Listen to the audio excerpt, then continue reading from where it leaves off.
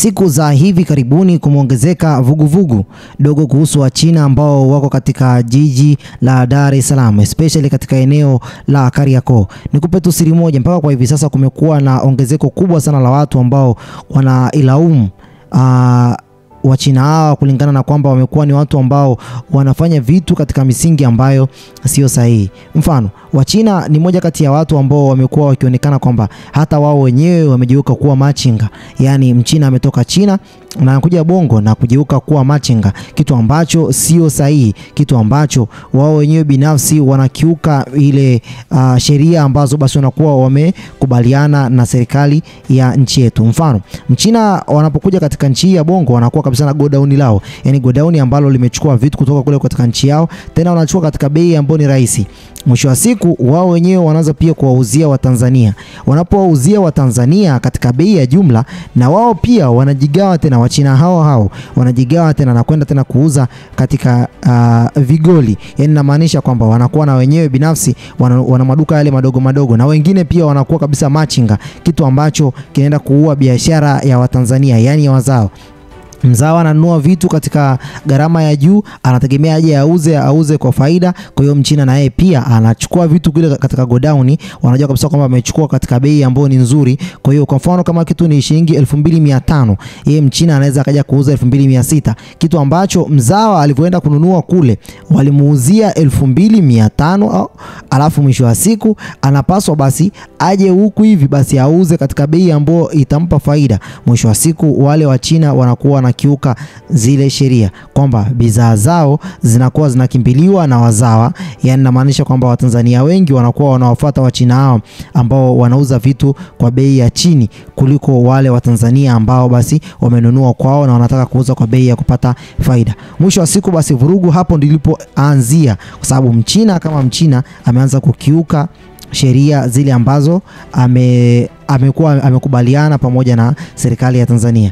Sasa wengi wao basi wamejiuka katika miji mbalimbali basi na kuanza kufanya biashara katika hali ambayo Watanzania wengi wanasema kwamba hata zile mashine zile za kulipia, mashine zile ambazo zinakuwa za kutoa risiti, basi wao kama wao kule katika mitaa mbalimbali ambao wanaenda kuuza vitu kwa bei ya reja, yani katika mfumo wa reja, kwa sababu wao walitegemewa kwamba ni wawekezaji watauza vitu kwa bei ya jumla, basi wasimamii tena ile misingi ambayo walikuwa wamekubaliana na serikali ya Tanzania, bali wanakiuka na kuanza kufanya biashara katika misingi ambayo ni tofauti kabisa. Sasa hili limekuja baada ya watu wengi kusema kwamba inawezekana kwamba Wachina hao wana watu ambao wako juu ya serikali hii, yani kwamba kuna watu ambao wanawalinda, kuna watu ambao wanawafumbia macho katika jambo hili, kwa sababu imekuwa ni mara kwa mara jambo hili limekuwa likiwa linatokea.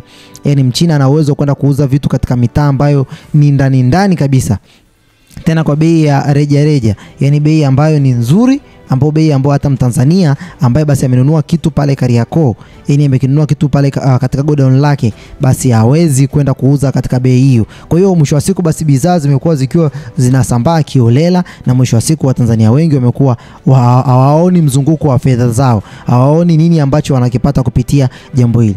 Lakini mbali na hivyo, kuna mmoja kati ya interview nimejaribu kusikiliza. Hii interview imefanyika pale Wasafi, na mmoja kati ya mtu ambaye alikuwa amepiga simu na kuchangia katika kipindi cha kina Zembwela pale. Kwa hiyo alivyokuwa anachangia akawa anagusia pia swala la kwamba Wachina wengi kwa hivi sasa kila mmoja yuko na bosi wake. Yani hata hao ambao tunaona kwamba ni machinga wana mabosi wao, na hata wale ambao wanasimamia magodown wana mabosi wao. Kwa hiyo machinga wengi Wachina wengi ambao wako katika jiji la Dar es Salaam au katika nchi ya Tanzania, basi wengi wao wamekuja kupitia migongo ya watu ambao wapo serikalini. Kwa hiyo wanasema kwamba changamoto kubwa sio Wachina, changamoto kubwa ni serikali yetu ambayo basi inawaruhusu hawa watu baadhi kufanya mambo ya namna hii. Kwa hiyo kuna watu ambao wanafanya hawazingatii kuzisimamia hizi sheria ambazo basi zimewekwa. Kwa hiyo wanawaruhusu baadhi ya Wachina kupitia corruption, yani inamaanisha kwamba kuna rushwa ambayo inatendeka, na mwisho wa siku Wachina ndipo wanapoanza kukiuka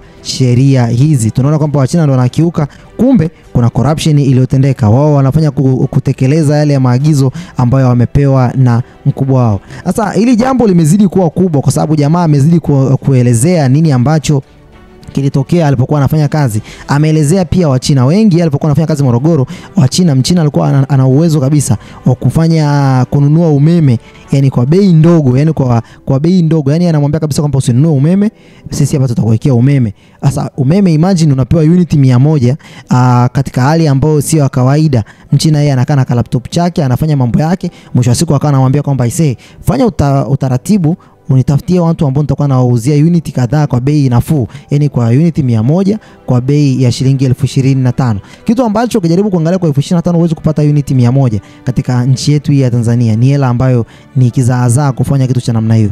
Sasa jamaa ameenda mbali na kugusia na kusema kwamba kuna watu ambao wapo juu wanadili na hawa wa China. Kwa hiyo corruption inatendeka kwa kiasi kikubwa sana. Hata hizi swala la ulipaji kodi unakuwa ni wa hali ya chini. Akagusia pia swala la madubwi, yani yale makorokoro, yani kwenda kutumbukiza pesa ili basi uweze kuchezesha pale. Anasema kwamba ile makorokoro sometimes ni changamoto, zile pale unaoga sometimes hazilipwi.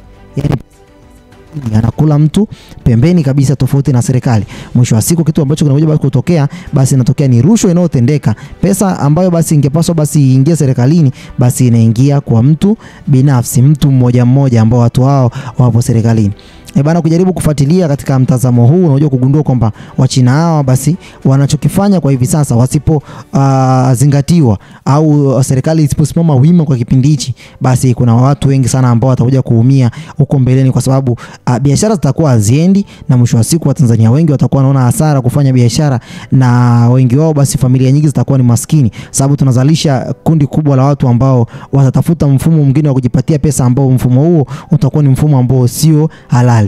Yani mfanya biashara ukishamtoa kwenye biashara atakimbilia kwenye kilimo, labda atakimbilia kwenye sehemu ambazo zitakuwa ni ngumu sana kuja tena kuona basi uzalishaji wa kodi ambao basi ulikuwa unazalishwa kwa kipindi cha nyuma, basi uje uzalishwe katika kipindi cha usoni kama serikali haitosimama wima. Kwa hiyo hata kodi pia inaweza pia ikashuka, na mwisho wa siku nchi yetu itakuwa inadorora, kwa kumaanisha kwamba Wachina wengi ambao wameingia katika nchi hii basi watakuwa wanasababisha itilafu kubwa ya kodi. Yani kodi itakuwa inachezea chini sana, kwamba taifa litakuwa taifa maskini kulingana na kwamba wananchi wake pamoja na watu ambao wako katika system basi hawalipi kodi kwa kiwango ambacho kilikuwa kinaendelea kupanda.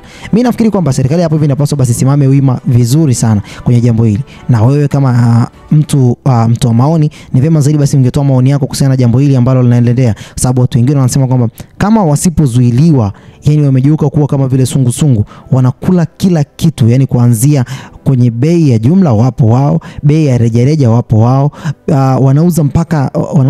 wanauza mpaka kama vile machinga wapo wao, wanasukuma mkokoteni wapo wao, kiasi cha kwamba wameamua kukamata sekta zote, kiasi cha kwamba Mtanzania wa hali ya chini au Mtanzania ambaye anafanya biashara basi anashindwa kufanya biashara kama hapo awali.